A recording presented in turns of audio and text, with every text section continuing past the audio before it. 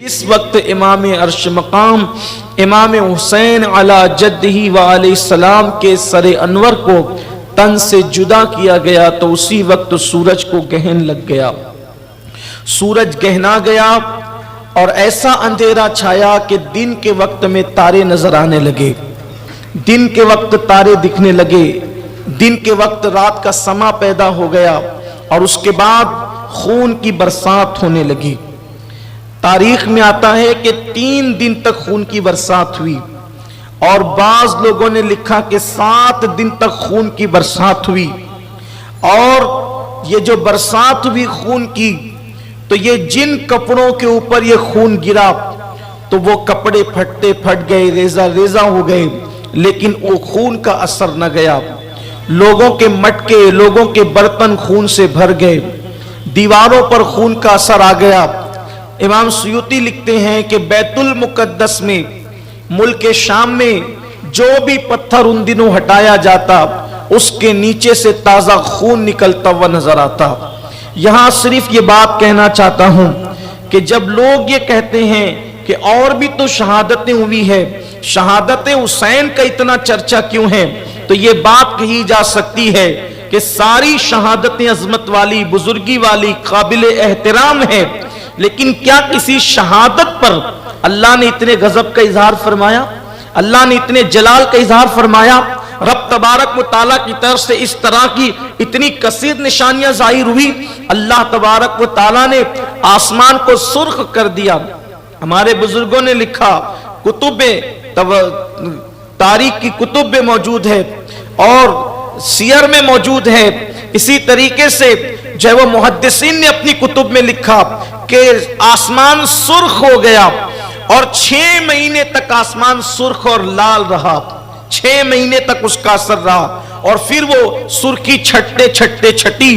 امام سیوطی لکھتے ہیں، سید محمود آلوسی نے لکھا کہ وہ جب چھٹی ہے تو پھر اب جو شفق کے ساتھ جو مخصوص سرخی نظر آتی ہے یہ وہی واقعہ کربلا کی نشانی ہے۔ شفق کے ساتھ اس طرح کی سرخی کربلا کے واقعے سے پہلے نہیں دیکھی جاتی تھی، یہ واقعہ کربلا کی بات کی نشانی ہے۔ یعنی کہ اگر کوئی یہ سمجھتا ہے کہ میں محفل حسین سجا کر کسی پہ احسان کرتا ہوں یا ذکر حسین یا یاد حسین کر کے میں کسی پہ احسان کرتا ہوں، تو یاد رکھیں 10 دن، 3 دن، 5 دن کی یہ محفلیں لوگ کرتے ہیں یادگار کے طور پر، لیکن شفق کے ساتھ قدرت روزانہ شام کو سرخی ظاہر کر کے بتاتی ہے۔ کوئی یاد حسین کرے نہ کرے، کربلا کی یاد روزانہ شفق کے ساتھ سرخی کی شکل میں قدرت ظاہر کر رہی ہے اور لوگ اس کو یاد کرتے رہیں گے۔ اللہ اکبر!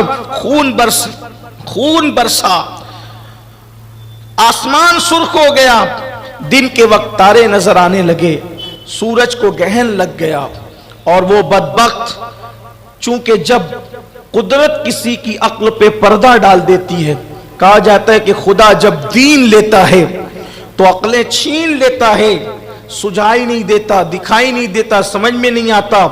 ابو جہل نے چاند کے 2 ٹکڑے ہوتے ہوئے دیکھا لیکن وہ ایمان نہیں لایا۔ اللہ اکبر! کئی معجزات ان لوگوں نے دیکھے، ایمان نہیں لائے، سمجھ میں نہیں آتی تھی باتیں۔ خون کی برسات ہو رہی ہے، کچھ تو ہوش آ جاتا، کچھ تو سمجھ میں آ جاتا، نہیں سمجھے۔ ادھر وہ لوگ اللہ اکبر اسی پر بس نہیں کرتے، بلکہ ایک طرف لاشوں پر گھوڑے دوڑا رہے ہیں، لاشوں کو کچل رہے ہیں، اور دوسری طرف چند بدبخت آتے ہیں، خیموں کو آگ لگا دیتے ہیں۔ جس میں بیویاں تھیں ان خیموں کو آگ لگا دی گئی، اور آگ لگانے کے بعد سیدہ زینب خود فرماتی ہیں، یزیدیوں کے ساتھ ایک شخص تھا جس کا نام حمید بن مسلم تھا، وہ کہتا ہے کہ جب خیموں کو آگ لگا دی گئی اور خیمے جلنے لگے تو کیفیت یہ ہوئی کہ پھر چند بدبخت بڑے اور بڑھنے کے بعد سکینہ اور جو دوسری سیدانیاں سید زادیاں تھی ان کے زیورات وہ چھیننے لگے۔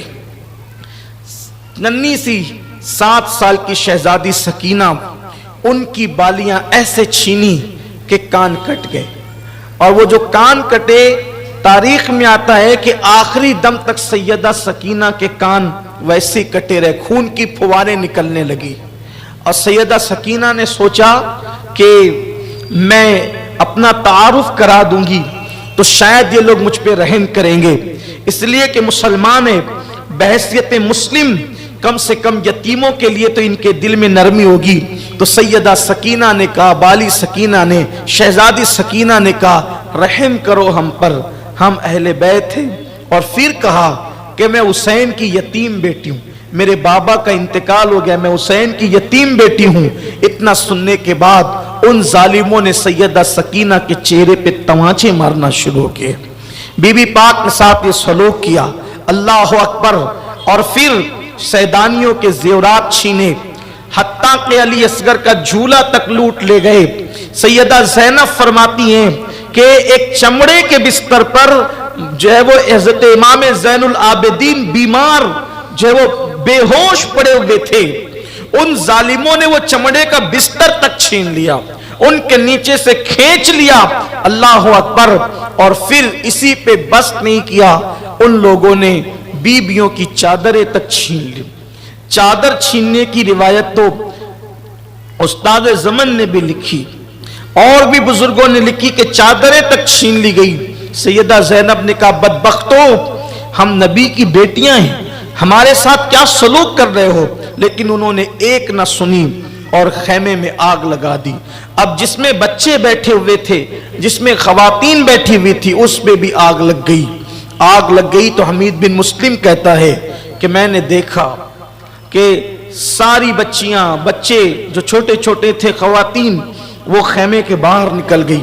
ایک بی بی صاحبہ تھی، کہتا ہے کہ چونکہ دوپٹہ تو چھین لیا گیا تھا، جس کا چہرہ چاند کی طرح چمکتا تھا، وہ کبھی جلتے ہوئے خیموں کی کنات پر چلتے ہوئے اندر جاتی تھی، کبھی باہر آتی، کبھی اندر جاتی تھی، کبھی باہر آتی تھی۔ میں نے اس بی بی سے پوچھا، بی بی کیا تجھے اس آگ سے ڈر نہیں لگتا؟ یہ جو تو آگ پہ چلتی ادھر اندر آتی جاتی ہے؟ اس نے کہا کیا کروں، میرا بیمار بھتیجا اندر بے ہوش ہے، اور میری جان ہے وہ، اور میرے بھائی حسین کی آخری نشانی ہے، اگر وہ جل گیا اور اس کا خاتمہ ہو گیا تو حسینی نسل کس سے چلے گی؟ تو کبھی اندر جاتی ہوں، کبھی باہر آتی ہوں۔ پھر اس نے کہا بالآخر میں نے دیکھا کہ وہ اپنے بھتیجے زین العابدین کو اپنے کندھے پر ڈال کر آگ پر چلتے ہوئے باہر لے کر کے آئی۔ یہ سیدہ زینب کا کردار تھا، یہ کردار سیدہ زینب ہے، اللہ اکبر۔ اس کے بعد پھر وقت گزرتا گیا، بڑے عجیب حالات ہوئے، انہوں نے تو جانور بھی پکڑے اہل بیت کے، ذبح کر کے اس کو پکانا چاہا تو وہ سب کے سب خون بن گئے، خون میں تبدیل ہو گئے۔ اب وہ انتظار کر رہے تھے کہ صبح ہو تو صبح کے وقت یہ قافلہ یہاں سے نکلے، اور شام ہونے سے پہلے پہلے انہوں نے ساری گردنیں کاٹ کر اس سروں کو نیزے پر بلند کیا، اور جو بڑے بڑے ان کے لوگ تھے ان کے ساتھ ان سروں کو کربلا سے کوفہ کی طرف روانہ کر دیا۔ چونکہ کوفہ اور کربلا میں کوئی زیادہ فاصلہ نہیں ہے تو وہ سر لے کر 72 سر لے کر وہ کوفہ کی طرف روانہ ہو گئے۔ اللہ اکبر، ادھر کٹی پٹی لاشیں ہیں، اور پھر جب دن گزرتا ہے تو دن گزرنے کے بعد شام شروع ہوتی ہے۔ کہتے ہیں کہ مسافروں کی شام بھی بڑی عجیب ہوتی ہے۔ جب سیدہ زینب پاک اللہ اکبر جلتے ہوئے خیموں کو دیکھتی ہے تو سوچتی ہے کل تک یہی خیمے تو تھے جو جوان بیٹوں سے، بھتیجوں سے، بھانجوں سے، بھائیوں سے جگجگا رہے تھے، جگمگا رہے تھے، خیمے بھی سونے ہو گئے، خیمے بھی جل گئے۔ کبھی ادھر دیکھتی ہے، صدمہ ہے، چادریں چھین لی گئی، جن کے دوپٹوں کو کبھی اجنبی مردوں نے نہیں دیکھا تھا، جن کے گھر میں جبریل امین اجازت کے بغیر نہیں آتے تھے، آج ان کے خیمے جل گئے، دوپٹے چھین لیے گئے، ان کے چہروں پہ تماچے مارے جا رہے ہیں، بھوک اور پیاس کا الگ عالم ہے، کٹی پٹی لاشیں پڑی ہوئی ہے۔ ایسے عالم میں शाम आती है, और जब वो शाम आई तो ऐसी वो शाम थी कि उस शाम को क़यामत तक के लिए याद किया जाएगा। मौर्रिखीन ने उसको शाम गरीबा लिखा है। अल्लाह अकबर। फिर क्या हुआ, खेमे जलते जलते जो बुझ गए थे रेत में, तो वो खेमे की कनातें बीबियां अपने सर पे डालकर अपने बालों को छुपाती थी ताकि कम से कम बालों को पर्दे में कर लें। ये उनकी गैरत का हाल था, ये उनकी गैरत की कैफियत थी। नन्हे नन्हे बच्चे, एक उधर सन्नाटा, हवाओं की सनसनाहट आती तो बच्चे माओ से लिपट कर सहम जाते। कोई बेहोश हो रहा है, कोई गिर रहा है, कोई रो रहा है। अब सैयदा ज़ैनब की जिम्मेदारी बढ़ गई, इसलिए कि कल तक सालार काफिला काफिले के साथ थे, सालार काफिला भी चल बसा। अब कोई जवान तंदुरुस्त तो है भी नहीं। अब सैयदा ज़ैनब को सबका किरदार निभाना है। कभी हुसैन, कभी फातिमा, कभी ज़ैनब, कभी हुसैन, कभी फातिमा, कभी ज़ैनब। जैसा वक्त पड़ा वैसी बन गई ज़ैनब। माँ का किरदार भी ज़ैनब निभाए, हुसैन पाक का किरदार भी ज़ैनब। क्या हौसला कुदरत ने दिया था, क्या हिम्मत दी थी कुदरत ने। सैयदा ज़ैनब पाक, शाम का वक्त है, कोई लिपट के रोता है, कोई बेहोश होता है, तसल्लियाँ देती है। वो शाम धीरे धीरे जब अपनी सिया जुल्फों को अर्ज़ करबला पर बिखेरती है तो वही शाम रात में तब्दील हो जाती है। और जब वो शाम रात में तब्दील हुई तो फिर अब दिन का इंतज़ार था। उधर वो बदबख्त शराब व कबाब में मसरूफ़ हो गए, एक दूसरे के साथ हंसी खेल करने लगे। सैयदा ज़ैनब ने सोचा, कटी पिटी लाशें हैं, इन लाशों पर पहरा दे वरना कहीं दरिंदे लाशों को नुकसान न पहुंचाए। बीबी ज़ैनब के पास कोई डंडा भी न था, कोई हथियार भी न था ताकि वो ले करके पहरा देती। बीबी ज़ैनब ने रेत में कुछ ढूंढना शुरू किया। एक टूटा हुआ खंजर अली की बेटी के हाथ लगा। वही टूटा खंजर लेकर लाशों के इर्द गिर्द पहरा देने लगी ताकि दरिंदों से, ये जो दरिंदे इनसे, या वो जो दरिंदे हैं जो इंसानी शक्ल में, उनसे अब लाशों को बचाएं। और फिर सैयदा ज़ैनब अंधेरे में लाशों पे पहरा दे रही थी। ऐसे में देखा कि उन लाशों से किसी की सिसकियों की आवाज आ रही है। कोई सिसक सिसक करके उन लाशों के अंदर रो रहा है। बीबी सैयदा ने लाशों की तरफ तवज्जो की तो किसी के रोने की आवाज सुनी। तो जब आवाज पर पहुंची तो क्या देखा, एक दबी कुचली लाश है, एक दबी कुचली लाश है। पहचानना सैयदा के लिए उसको मुश्किल न था, लेकिन है दबी कुचली, सर नहीं है उसका, और उसके सीने पर सर रखकर सकीना रोती है और बाबा बाबा कहती है और सिसकियां लेती है। सैयदा सकीना को बीबी ज़ैनब अपने उठाती है, सीने से लगाती है। कहा, बेटी यहाँ कैसे पहुंची? कहा कि फूफी अम्मी, आपको तो पता है ना, आपको तो मालूम है ना कि मुझे मेरे बाबा के सीने के बगैर, मेरे बाबा के सीने के बगैर नींद नहीं आती। मेरे बाबा मुझे सीने पे सुलाते थे तो मैंने इन कटी हुई लाशों के पास आके कहा, बाबा कहाँ हैं आप? आपकी सकीना सोना चाहती है, आप कहाँ हैं? तो मैंने देखा फूफी, इसी लाश से आवाज आई थी, मेरी सकीना तेरा बाबा यहाँ है। तो मैं यहाँ पर आ गई। फूफी अम्मी सैयदा सकीना को सीने से लगाया। एक शख्स जो यजीद के लश्कर में था, वो कहता है कि जब इमाम हुसैन की लाश घोड़ों से कुचली जा रही थी तो हड्डियों की कड़कड़ाहट की आवाज हमने सुनी। इस तरह से इमाम की लाश कुचली गई। सैयदा सकीना को उठाकर फिर आपने बीबियों के पास पहुंचाया और जहां सब खवातीन बैठी हुई थी, खुले आसमान के नीचे सैदानियां, सैयदजादियां बैठी हुई है। सैयदा सकीना टूटा खंजर लेकर के पहरा दे रही है। अब ऐसे में सैयदा ज़ैनब किसी को देखती है कि कोई आने वाला लाशों की तरफ आता है। सैयदा ने गरजदार आवाज में जो है वो गरजदार आवाज में कहा, कौन हो तुम? और हाथ का खंजर तान दिया। कहा, खबरदार, अब आगे नहीं बढ़ना, अब क्या चाहते हो?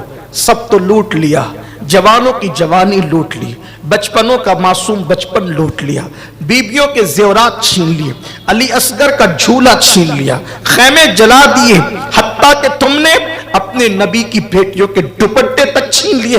अब हमारे पास बचा क्या है? क्या लेने आते हो? अब क्या चाहते हो? अब सब्र का पैमाना लबरेज न हो, वही रुको, वरना अली की बेटी अब तुम पर अपना हथियार उठाकर तुम्हें जो है वो जहन्नम रसीद कर देगी। वो आने वाला जो आ रहा था उसने कहा, बीबी मैं मर्द नहीं हूं, मैं औरत हूं और मैं हुर की बीवी हूं, और मुझे ये जिम्मेदारी दी गई है या मैंने गुजारिश की है कि अब चौथी सुबह तुलू हो रही है, नन्हे नन्हे छोटे छोटे बच्चे हैं, चौथी सुबह तुलू, न खाना है न पानी है। तुम कहते हो कि कैदी बनाकर यजीद के दरबार में ले जाएंगे और इनाम पाएंगे, तो कम से कम लेकर तो उन्हें जाओगे कि जो लोग हयात होंगे, जिंदा होंगे, ये मर जाएंगे तो कैसे ले जाओगे? इसलिए इनको कुछ पानी पिलाओ, कुछ खिलाओ। तो उन्होंने मुझे पानी दिया है। बीबी मैं पानी लेकर आई हूं, ये बच्चों को पिलाए, आप पिए। सैयदा ज़ैनब ने जब पानी का नाम सुना, हुर की बीवी को सीने लगाकर फूट फूट के रोने लगी। कहती है हुर की बीवी, अब हमें पानी नहीं चाहिए, अब हमें पानी की जरूरत नहीं है। क्यों? तो ये पानी क्यों न लाई उस वक्त जब मेरे अली अकबर की जवानी लुट रही थी? ये पानी क्यों न लाई उस वक्त जब मेरे कासिम का शबाब लुट रहा था? मेरे औनो मोहम्मद पलट पलट कराते थे, पानी का मुतालबा करते थे। मेरा मासूम असगर 6 महीने का शहजादा पानी से जबान बाहर करता प्यास की वजह से, कभी मुट्ठियां खोलता कभी बंद करता। उस वक्त ये पानी क्यों न लाई? ले जा, हम ये पानी नहीं पीते। हुर की बीवी ने कहा, बीबी वो मेरा मजाक उड़ाएंगे, कबूल कर लो पानी। आपको अम्मी आपकी अम्मी बीबी सैयदा का वास्ता, जब नाम माँ का सुना, सैयदा पाक ने हुर की बीवी को साथ लिया और साथ लेकर के वहां चली जहां छोटे छोटे बच्चे, बीबियां बैठी हुई थी। मौरखीन ने बयान किया है बच्चों की और बीबियों की तादाद कुल मिलाकर 22 से 25 होती थी। वो सब वहां बैठी हुई थी। वो हुर की बीवी का के हाथ में मशकीज़ा था। सैयदा पाक ने, बीबी सैयदा ज़ैनब ने पानी निकाला कटोरे में। उतने वक्त में जब वो सैयदा सकीना बेहोश हो चुकी थी, चेहरे पे छींटे दिए, होश में आई। होश में आने के बाद सैयदा सकीना को बीबी ज़ैनब पाक ने कहा, लो बेटे मेरे लाल, पानी पी लो। जैसे पानी का नाम सुना तो सैयदा सकीना ने कहा, फुप्पी अम्मी क्या चचा अब्बास फुरात से वापस आ गए हैं? फुरात से चचा वापस आए हैं? सैयदा ने कहा रोते हुए, नहीं बेटी, तेरा चचा तो फुरात के किनारे ही सो गया, अब तेरा चचा कभी वापस नहीं आ सकता, तेरा चचा कभी लौट कर नहीं आएगा। सकीना, ये पानी हुर की बीवी लाई है बेटी, लो पानी पी लो। फिर सकीना ने दूसरा सवाल किया, फुप्पी अम्मी क्या तुम लोगों ने पानी पी लिया? तो कहा कि बेटे, नाना का फरमान है कि जब खाने पीने की चीज मिले तो पहले छोटों को खिलाओ पिलाओ, फिर बाद में बड़े। मेरी बच्ची, इस पूरे काफले में सबसे छोटी उम्र तुम्हारी है, पहले तुम पियो, बाद में हम देखेंगे। इतना सुनना था। हुसैन की तरबियत याफ्ता 7 साल की शहजादी ने कटोरा हाथ में लिया, जहां कटी फटी लाशें पड़ी थी, सकीना उस तरफ दौड़ने लगी। बीबी सैयदा ज़ैनब ने सकीना को पकड़ा, कहा बेटी कहां जाती हो? कहा फुप्पी अम्मी, अभी तो आपने कहा कि खाने पीने की चीज आए तो पहले छोटों को खिलाओ पिलाओ, फिर बड़े खाए पिए, और आप भूल गई है। कहती है पूरे काफले में सबसे छोटी सकीना है। नहीं फुप्पी, सबसे छोटा मेरा भैया अली असगर है, पहले मैं अली असगर को पिला लो, मेरा भैया बड़ा प्यासा है। सैयदा सकीना को सीने से लगाकर बीबियों ने خوب رویا، خدا جانے وہ آنسو کیسے خشک ہوئے. خدا خدا کرتے کرتے رات گزری، روتے